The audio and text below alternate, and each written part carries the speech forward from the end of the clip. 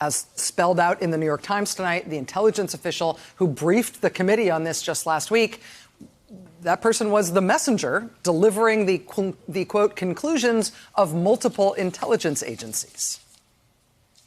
And so, I repeat, it is the conclusion of multiple U.S. intelligence agencies that the Russian Federation is once again trying to interfere in our 2020 election, our presidential election, again to try to elect Donald Trump.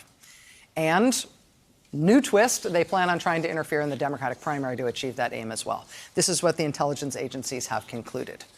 And this is what they have briefed to Congress. And so naturally, the president has concluded that we'll need someone new to run the intelligence agencies then. So if there is information like this, the intelligence agencies, what, sit on it? Keep it from Congress? I mean, this is just astonishing. It's not astonishing that Russia is trying to interfere in the next election because they like what they got from their effort 4 years ago. That's not astonishing. I think we were all waiting to hear this, right? Russia's behavior is something that should be expected, even if the contours of it are all going to be new.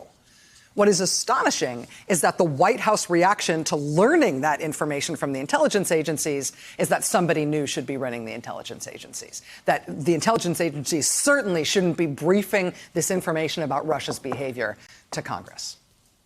Hey there, I'm Chris Hayes from MSNBC. Thanks for watching MSNBC on YouTube. If you want to keep up to date with the videos we're putting out, you can click subscribe just below me or click over on this list to see lots of other great videos.